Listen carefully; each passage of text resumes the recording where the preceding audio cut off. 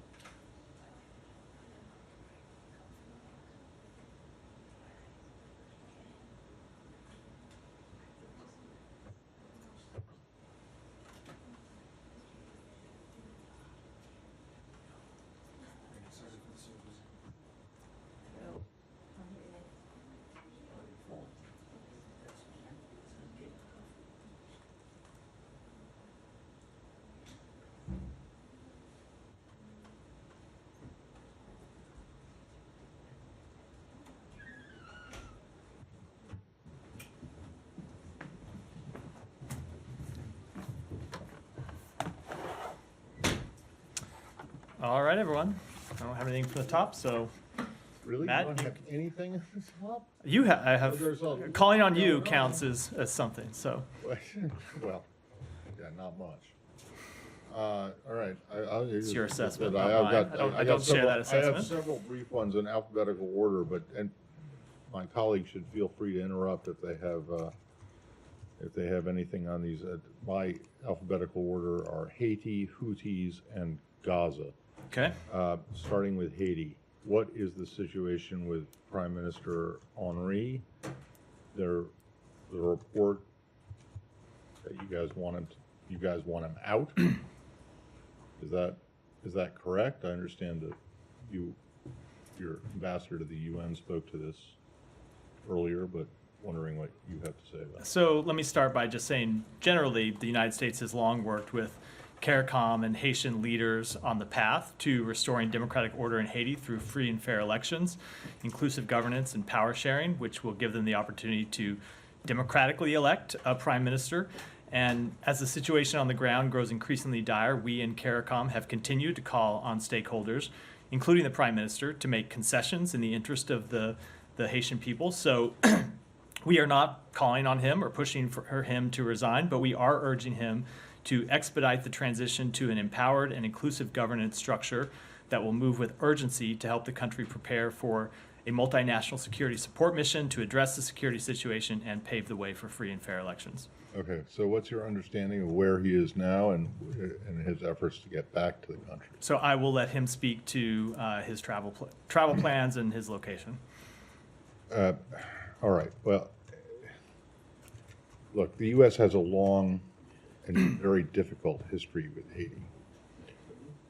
And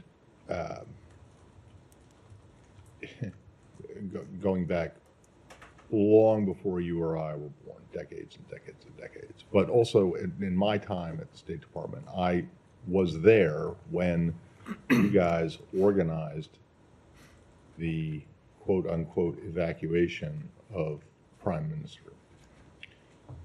So how far are you guys prepared to go in pushing or telling Prime Minister Henry that he needs to either start the transition or get out of the way so that the transition can start?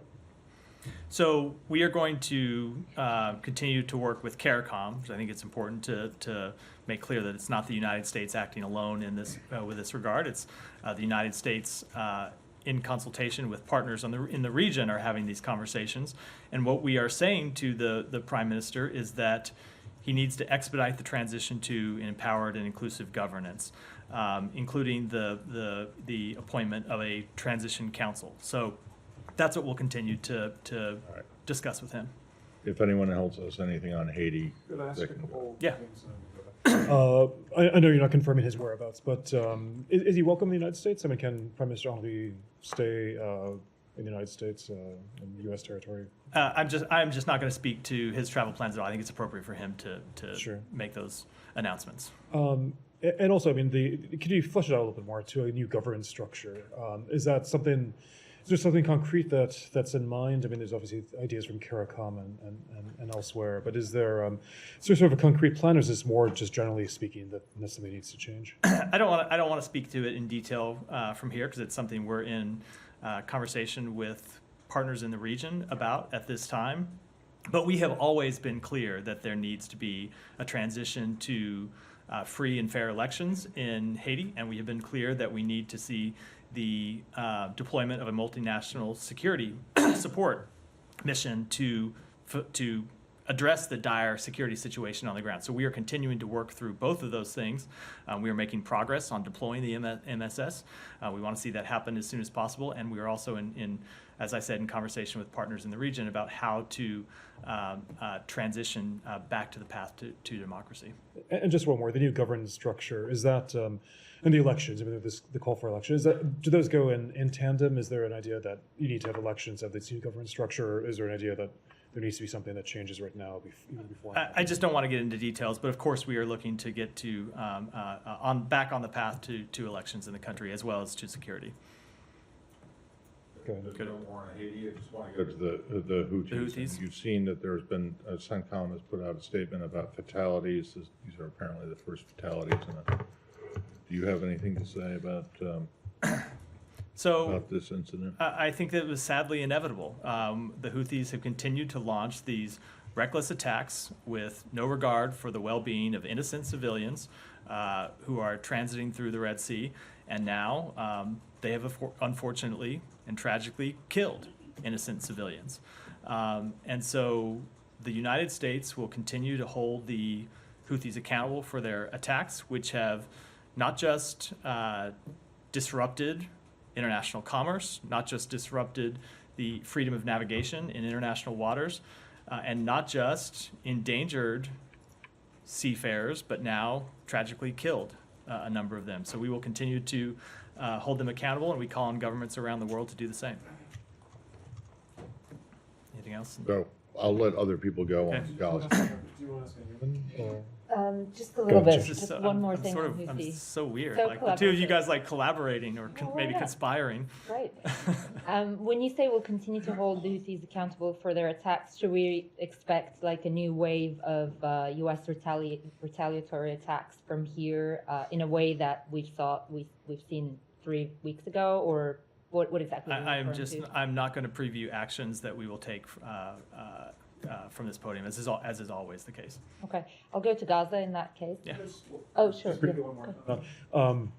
We're being very polite about things. I mean, just the flip side of what Humar asked. I mean, does this show a failure, for lack of another term, of deterrence? I mean, there have been these strikes from the U.S. and U.K. and others on Houthi targets. Does it show it's not working and that there needs to be a new strategy? Look, we have always made clear that this is going to be a long-term process, both to deter the Houthi attacks and to degrade their capabilities to carry them out. And that's a process that is continuing. At the same time, we continue to talk to partners in the region about how they ought to make clear to the Houthis that these attacks are irresponsible, that they endanger international commerce, and that they hurt the economies of countries in the region as well as countries around the world. So it's something that we will continue to push, not just on behalf of the United States, but on behalf of the coalition that we have assembled to oppose the Houthis' actions and again, to collaborate with other countries in the world who share those interests.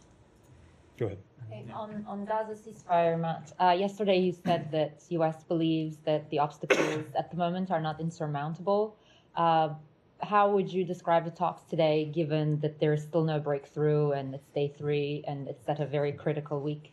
So I'm not going to give a day-by-day assessment of the talks, but the overall assessment that I offered yesterday has not stand. We continue to believe that the obstacles are not insurmountable and that a deal can be reached, and a deal is in the interest of Israel, it's in the interest of the Palestinian people, and it's in the interest of the broader region. So we're going to continue to push for one, but I'm not going to offer an assessment of where things stand today. So you wouldn't describe the talks as they're at an impasse? They are ongoing, no. Right. And what is the U.S. understanding that the biggest sticking point is at the moment? Nice try, but you know I'm not going to answer that one. And would you say that it is right now up to Hamas or Israel or both of them, which one, to basically accept the deal? Or it's not like that, it is something that they have to... So it is a negotiation. It's an ongoing process, but the point that you have heard me make and that you've heard the Secretary and other leaders of the administration make over the past few days is that Israel put a serious proposal on the table, and it's for Hamas to accept it. It's also for Hamas to engage in good faith and show that they actually want to get a deal, and we're going to continue to engage on good faith on our behalf and continue to try to get a deal over the finish line. Have you seen in recent days that Hamas is not engaging in good faith and they actually don't want the deal? So I think that it's hard to ever offer an assessment that a terrorist organization that attacks innocent civilians is acting wholly in good faith, but it is a negotiation, and I don't want to comment on the underlying negotiation. Go ahead, Tom. No, come to you next slide. The World Health Organization said yesterday that its officials had visited Shifa Hospital, where there was the treatment of 50 children suffering from severe acute malnutrition. In Kamal Adwan Hospital, 10 children had reportedly died from hunger and dehydration in recent days, and that it was overwhelmed by patients. They say the current rate of 15% of wasting among children under the age of 2 in northern Gaza suggests a serious and rapid decline. Such a decline in the population's nutritional status in 3 months is unprecedented globally. I mean, you know about this situation, so what is being done to alleviate this? So first of all, let me say that those reports, which we saw and reviewed, are obviously heartbreaking, and it confirms what you heard the Secretary say yesterday, that not only is the situation on the ground right now in Gaza unacceptable, but it's unsustainable. It cannot continue this way. And so you have seen the United States take action to airdrop food supplies in. You have seen us take action to fund the delivery of humanitarian assistance. You have seen us announce that we are exploring a maritime option to deliver humanitarian assistance through new routes, but it still is incumbent upon the government of Israel to do more as well. Now, we did see an increase in the number of trucks that went into Israel yesterday. Around 250, 260 trucks made it in through Rafah and Kerem Shalom. That's an improvement over where we have been. We have seen some improvement in the distribution, but we need to see dramatically more go in. We need to see it go in not just through Rafah and Kerem Shalom, but we need to see it go in through a crossing in the north. And we have made very clear to the government of Israel that's what we expect, and that we expect to see improvement. And as the president said, there can be no excuses. And he said that on Friday. The vice president's repeated it. We heard from the Secretary of State yesterday a similar message insisting that Israel facilitates more aid. And yet, yesterday, 14 World Food Programme trucks were blocked by the Israelis going into the north of Gaza. So they're not listening. So I can't speak to that specific report of trucks being blocked. Sometimes trucks are blocked for legitimate reasons. Sometimes they're blocked for less than legitimate reasons. We want to see trucks move all around. There needs to be a security situation that allows them to move, and that's one of the difficult things that we have tried to work through. So what I'll say is the messages that you ticked through, that you heard the president and the vice president and the secretary deliver publicly, I can assure you that we are delivering those messages every bit as clearly, privately with Israel as well, and we expect to see action. Saeed. Thank you. Thank you, Matt. Just to follow up on Tom's referencing of the hospitals. I mean, of Gaza's 33 hospitals before that were fully operational before, say, October 7, there are now 3 that are semi-functional and so on. It's creating a really horrific situation. Now, we talk about the food and the starvation and so on.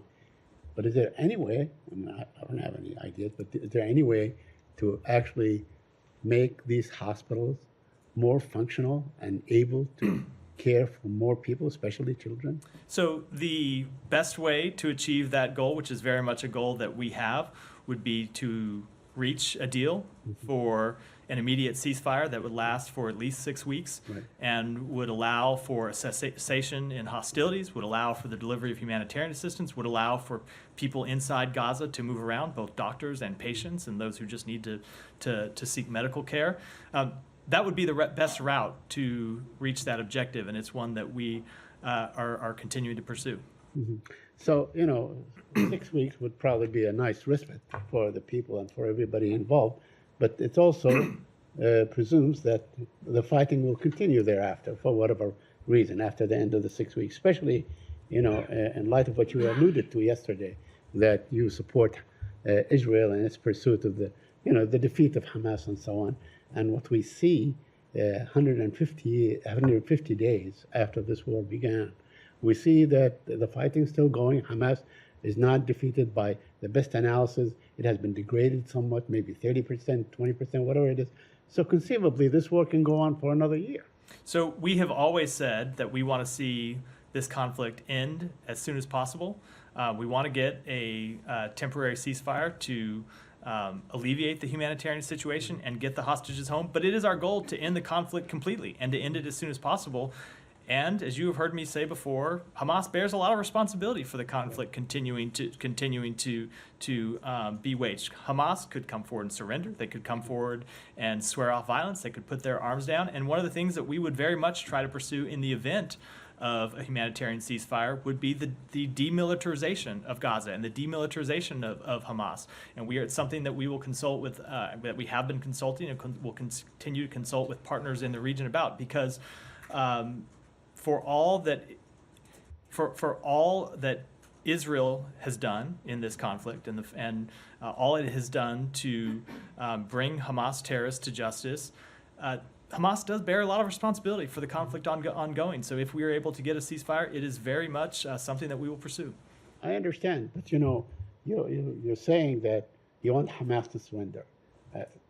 That is, I mean, they're really serious thinking that this is actually going to happen. I mean, considering that the Palestinians have been waging some sort of, an armed struggle against Israel for the past 75 years. I mean, they go from Beirut to Lebanon to Jordan to places like this, but it goes on in the West Bank and so on.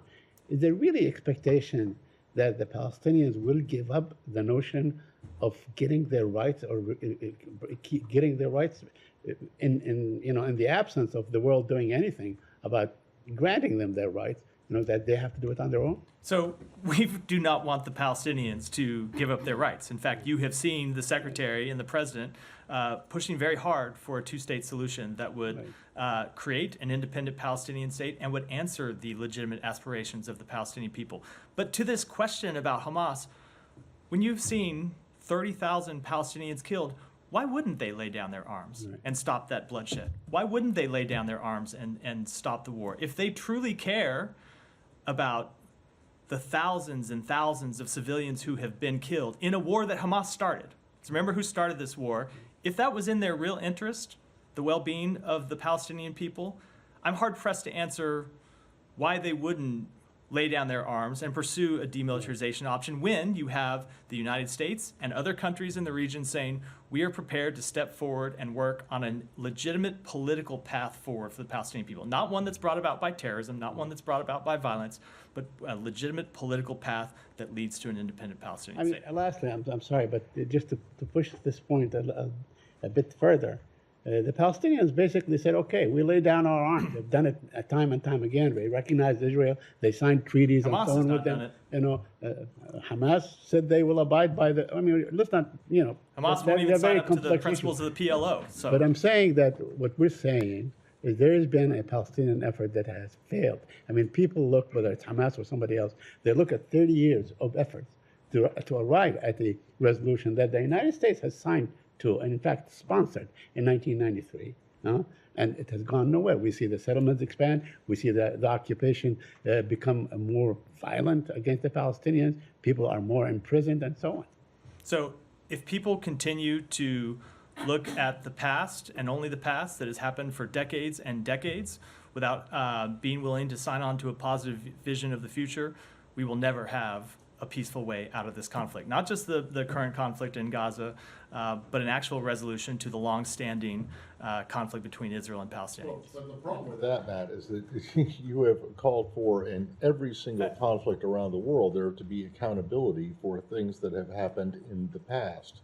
And now you're saying, oh, well, just forget about it. No, that's not. My point is there has to be at some point a political reconciliation. And so I think Saeed's point was, why would Hamas agree to lay down arms when we have seen grievance after grievance go on for decades? And the point that we have made, and you've heard this, the secretary speak to this a number of times. Fair enough, Ultimately, there are two paths. You can continue down this path where we talk about what happened decades and decades ago and try to address that through violent activities, or we can have a peaceful resolution to this. And of course, of course, there's a process for addressing legitimate grievances through that process. But what I'm saying, and the point that we have made, is continuing to carry out violence as the solution to decades-old grievances is a path to continued conflict and a never-ending cycle that does not advance the interests of the Palestinian people. But you're talking about addressing legitimate grievances from the past, right? Yes, and my point is through violence will just lead you in this never-ending cycle that the region has been in for decades. Okay. Go ahead. Yeah. I mean, because you said that why wouldn't Hamas look at the numbers of dead, 30,000, and effectively surrender? But that almost suggests or implies that the numbers killed creates a political or military pressure on Hamas to do so. But you've always said that any civilian death is unacceptable. That's not my implication. That's not my implication at all. Any civilian death is unacceptable. But you connected those two issues. No, that a Hamas surrender, looking at the number of deaths, why would they not? It is not the implication. I don't think that's a fair reading of what I'm saying. Every civilian death is unacceptable. The point is that Hamas surrendering would end the conflict and would end the civilian casualties that have unfortunately happened since October 7th. Go ahead. I'm sorry, Jen. Go. So I just want to clarify, the Israeli government has told you that if Sinwar was to purely surrender, that would be sufficient to end the war. So I'm not going to get into the conversations that we've had, but obviously, if Hamas surrendered and laid down its arms, that would be an end to the conflict. Including Sinwar. That he is the leader of So Hamas it's in Gaza. sufficient for them. So I'm not going to speak on behalf of the Israeli government, but obviously, when you have one side of a conflict stop fighting and lay down its arms, that brings about an end to the conflict. Okay, and I want to push you on some of the many things the U.S. government has called on Israel to investigate. Do you have any updates on the convoy shooting into the air, into the crowd that left? That investigation is ongoing, is our understanding. They have announced preliminary results. I know they've announced those publicly, and they briefed them to us privately as well. But the fuller investigation is still ongoing.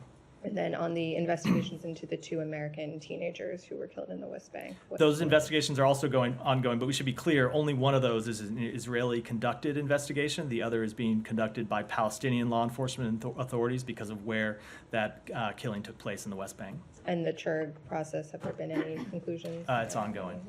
Yeah. Just Go ahead, sorry, on- Mary. Just on the investigations, Yeah. there's 2 others specifically, the one on the implosion of the university. I don't Gaza. have any new information to report from the Israeli government. And what about the incident that happened a couple of months ago in which the Israeli agents went into the hospital, went room by room and I'll have to check to see if we have any and updates on basically it. killed people? I'll have to check and get back to you and see if we have any updates. So, Oh, sorry, just Humera, one second. and On these investigations, when was the first time that State Department or the administration has launched one of these investigations in an incident like this?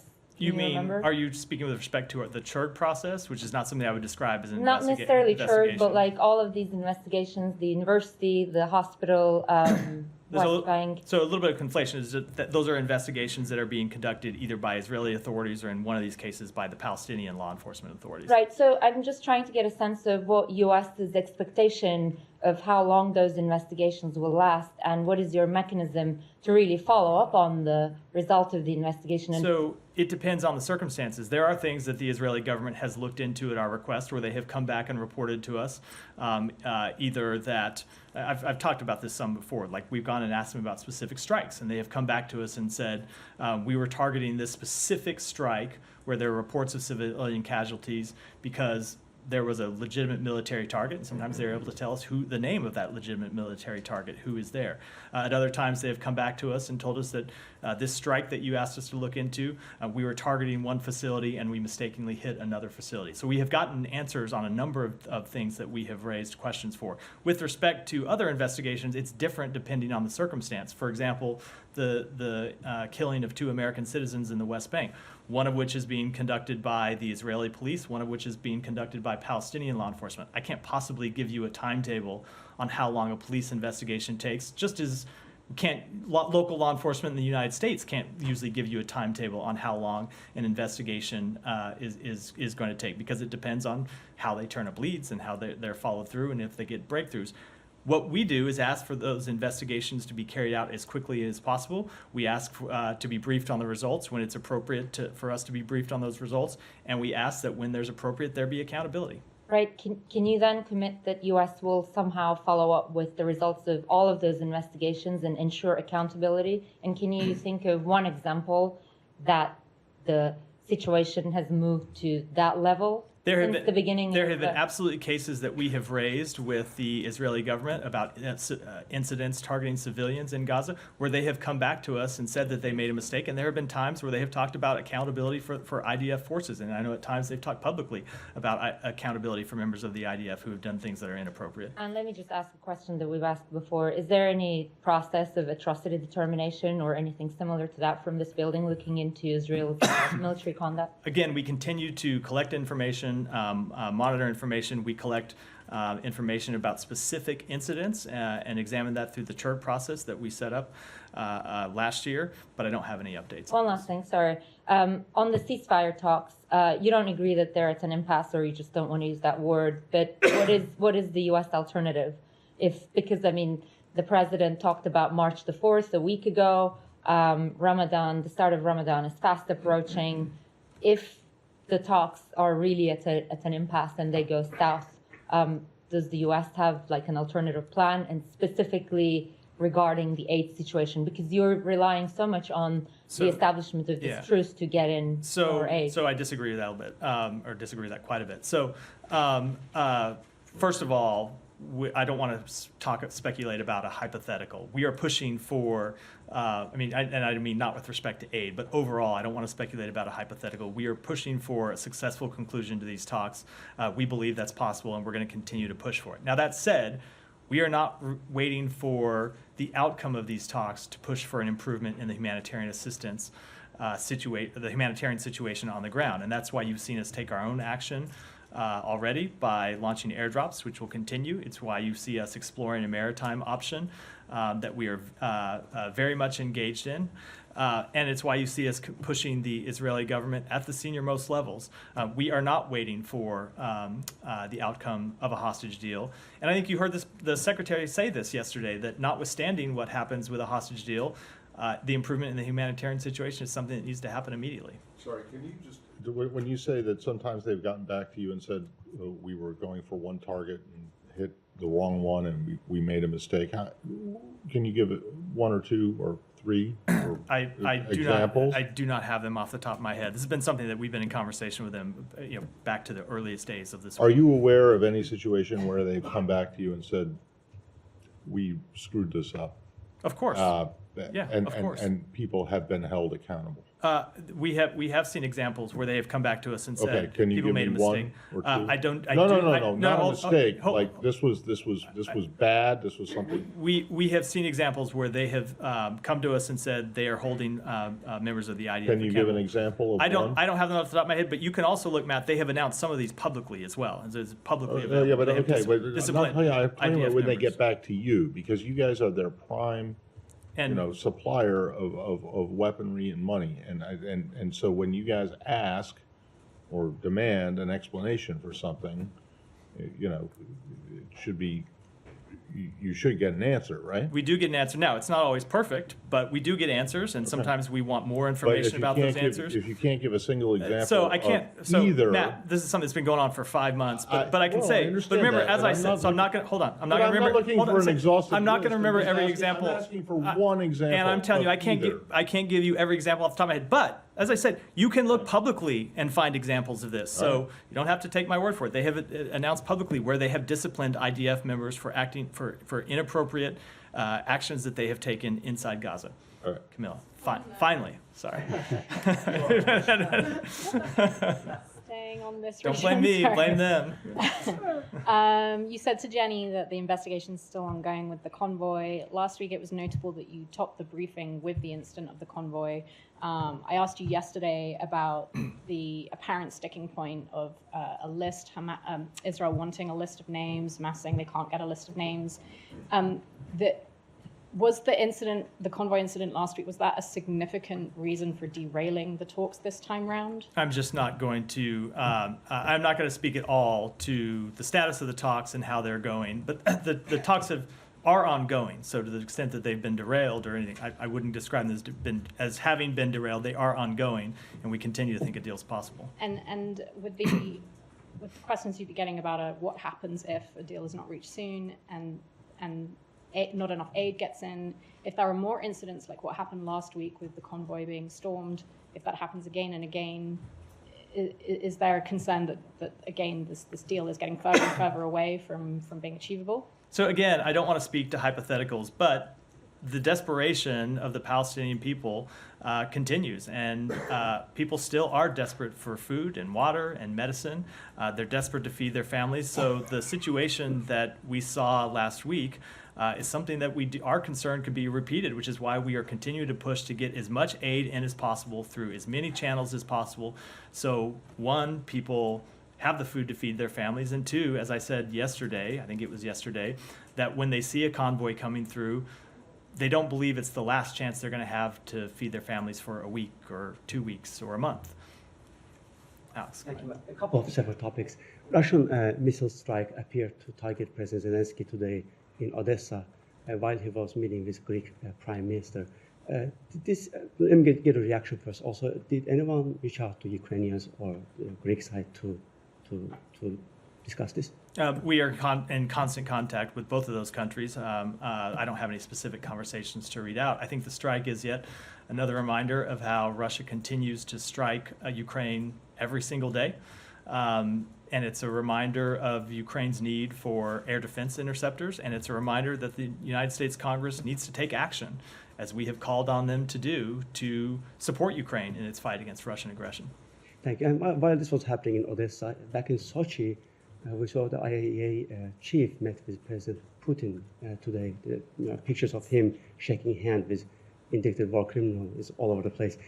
Do you approve that meeting? Did he reach out to the U.S. side prior to the meeting? Is there any message that he's conveying on behalf of? I just don't have any comment on that meeting at all. May I go to Azerbaijan, please? Sure. There's a police raid against an independent news outlet called Toplum TV. Let me get a reaction, and this, is part of the ongoing media crackdown in the country. So we are deeply troubled by the reports that Azerbaijani police raided the office of independent media outlet Toplum TV, and by the reported arrests of multiple independent journalists and civil society activists in Azerbaijan today. We must express our strong objections to continued attempts to intimidate, repress, and punish journalists, civil society voices, and opposition figures. We call on Azerbaijan to end the harassment of those exercising their fundamental freedoms and urge the release of all individuals being unjustly held in politically motivated cases. No one should face incarceration or other retribution for exercising freedom of expression. Thank you for that. Let me press you a little bit on that, because strong objections have been expressed during previous raid against Abzas TV as well. That did not stop them. They arrested reporters. Why do you think they should draw a different conclusion this time around? I think they should draw different. I will not speak to drawing different conclusions. What I will say is that they should stop these actions that crack down on free expression, because doing so would be in the interest of their own people. So we will continue to make that clear, and I can assure you that when we have private diplomatic conversations with Azerbaijani officials, as the Secretary had occasion to do just last month, we make those same points privately. Thank you. Go ahead. The two Americans detained in Gaza now a month ago, and the woman in the West Bank, any further consular visits with them? The Israelis are saying it was on suspicion of collaborating with Hamas. The family completely refutes that. Do you guys have any sense of where the truth is? So I'm not going to speak to an ongoing legal process, but with respect to the two who are detained in Gaza, we have had consular access to those two American citizens, and with respect to the American citizen that was arrested in the West Bank, we had consular access to her, and she has now been released on bail. Jenny, go ahead. Matt, tomorrow, Chairman McCall has threatened to mark up, build or keep or put Blinken in contempt of Congress. Has there been any update on trying to appease So this demand? we have been in close, repeated consultation with the committee about this matter. As I've said before, we have done everything that we can to try and address their legitimate oversight needs. We have made 15 department officials or former department officials available for lengthy interviews throughout this process. We have turned over somewhere in the neighborhood of 15,000 pages of documents. So we have the need to protect legitimate executive branch equities. We recognize that Congress has a need to conduct legitimate oversight authorities, and so we're in conversation with them. We're trying to resolve this amicably, as we have been successful in doing at previous points in the past year, and so we'll continue to do that today and tomorrow. Are you confident this will be resolved before? All I will say is that we are hopeful it can be resolved. We're doing everything we can to try to resolve it, and we'll continue to do that. And then on Afghanistan, are there any updates on the number of SIVs you guys have been able to get out now more than 2 years? So as you know, we invested a good deal of resources to ramp up our ability to grant SIV visas. In fact, in the last fiscal year, we were able to issue more than 39,000 SIVs. It was the record number of visas for principal applicants and their eligible family members. We've now given out 117,000 SIVs since the passage of the Afghan Allies Protection Act in 2009, and more than 30% of that number came in just the past 28 months. But we are at this point where, because we made these investments in our ability to more quickly process these visas, that we have been issuing them at this record number, somewhere around now over 1,000 a month, and we are nearing the annual cap. So we're going to hit the cap. We have somewhere around 8,000 left that we can process this fiscal year. We are clearly going to hit this cap, and we need statutory approval to raise the cap. We have urged Congress to raise the cap and allow us to meet our obligation to those Afghans who put their lives on the line for the United States, make sure that they're not forgotten. Congress has not acted yet, so we are urging them to do so because we are going to hit that cap, and we want to make sure that we can continue to grant as many of these visas as is appropriate and as possible. Could I just revisit a question I asked yesterday about Maldives, whether you have a reply? Basically, I asked the Maldives after kicking out Indian forces if there's any concern about a defense deal with China. So we are tracking reports that the government of Maldives has reached a military assistance agreement with the PRC. Maldives is a valued partner of the United States. Our countries share almost 60 years of partnership and a commitment to an Indo-Pacific region that is connected, secure, resilient, and prosperous. And we remain committed to strengthening our partnership with Maldives across many spheres, including economic development, education, security cooperation, and climate change response. And specifically on the Chinese defense deal. That's what you're going to say. I would defer to the government of Maldives for details or on the specific agreement. We see them as a valued partner and look forward to continue to work with them. Go ahead. Thanks, Matt. Two questions on Middle East.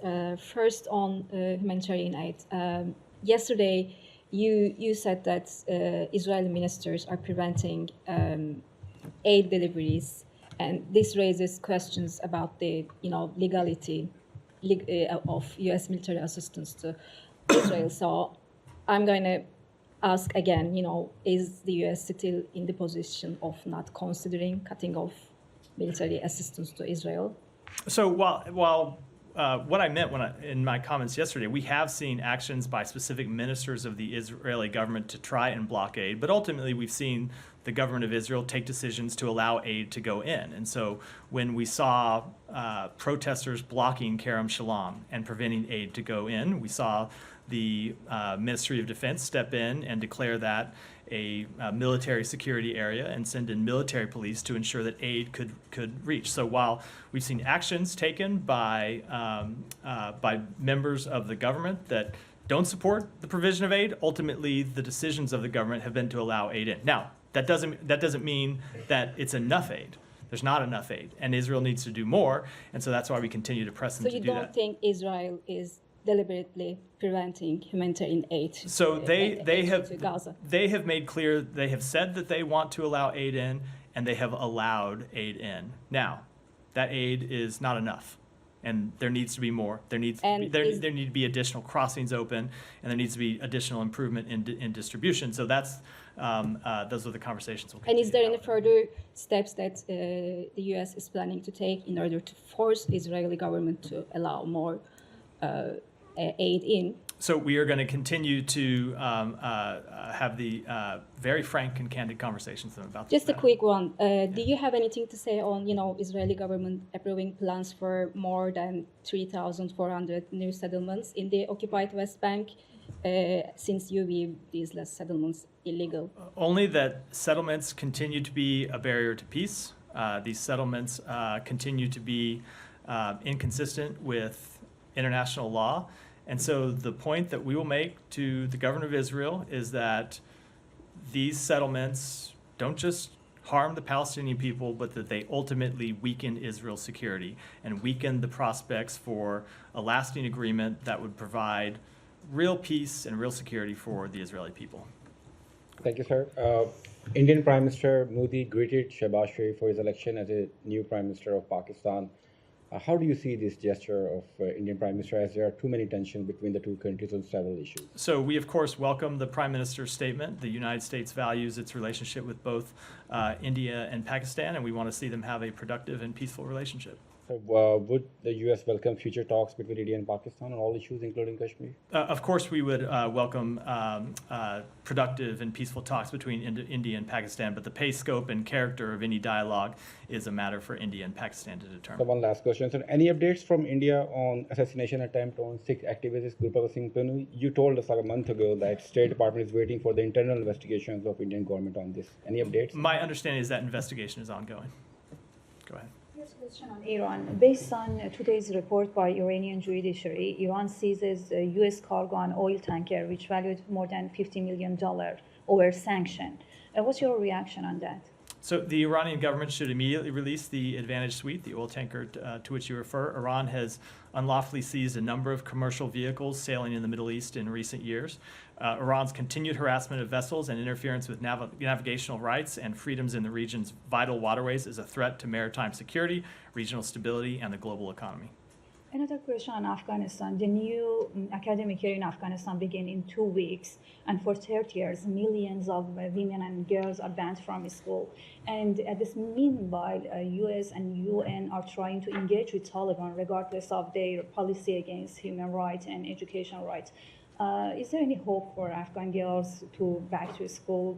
Can you estimate a time for that? So I cannot, unfortunately. We're, of course, aware that this sad anniversary is coming up, and we have made it clear that girls should never have been blocked from going to school in the first place. Advancing respect for the rights of Afghan women and girls is critical to our efforts in Afghanistan. At every opportunity, we urge the Taliban to allow girls to return to school, respect the rights of all Afghans, and reverse their discriminatory decrees on women and girls. Go ahead, and then and then Geeta, and then we'll wrap. Thank you very much, Matt. Just 2 questions, please. One question is, I want to give you an opportunity. You had, again, called Maryam Nawaz a milestone, and in 48 hours, 500,000 people in Pakistan have said that Matt should take this milestone statement back because her father was corrupt, came her name in Panama Papers, she has been accused of corruption, and you are calling her milestone. So, I mean, I do not get 500,000. I do not have any update on my comments. Okay. Second question is today, Mr. Javed Hashmi, who has been in politics for 56 years, and again, he was the president of the ruling party, which Maryam Nawaz, that you call milestone, he used to be president. Today, he said that the situation in Pakistan has reached a point where the whole nation is in catastrophic situation. I mean, for the last 1 year, I personally have been raised issues with you regarding human rights. Women, mothers are dragged from the houses. Journalists are put in jail on like ridiculous charges. It's been 1 year. Why doesn't the secretary just pick up the phone and call a Pakistani establishment and the people to just, settle on something? Nobody is accepting this corrupt government. Let me go ahead and answer. So we have made clear publicly, you've heard me say from this podium many times, and we've made clear we made clear in our private conversations that we want to see Pakistan respect the human rights of all of its citizens. Geeta, go ahead. Matt, in answer to the question about Iran intending to unload the crude oil in the tanker that belonged to Chevron, an American company, you said that Iran should release the tanker and it has seized it unlawfully.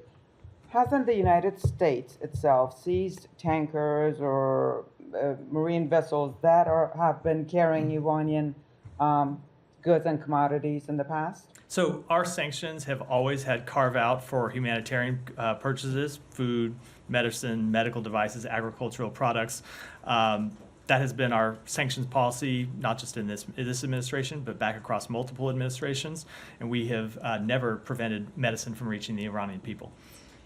Can I just ask? Let's Go ahead. Geeta, you. Different subject, but it's very brief. Yeah, go, Geeta, you finish. All right, that was about U.S. sanctions, which Iran claims that it's going to use the proceeds from the sale of that oil for certain patients there, which it claims the U.S. sanctions have prevented from getting the necessary medicine from overseas. But what about the U.S. seizing ships carrying Iranian commodities? So with respect to with respect to commodities that are exempt from our sanctions policy, that has never been our target. Now, with respect to the seizures that we have done those consistent with the rule of law.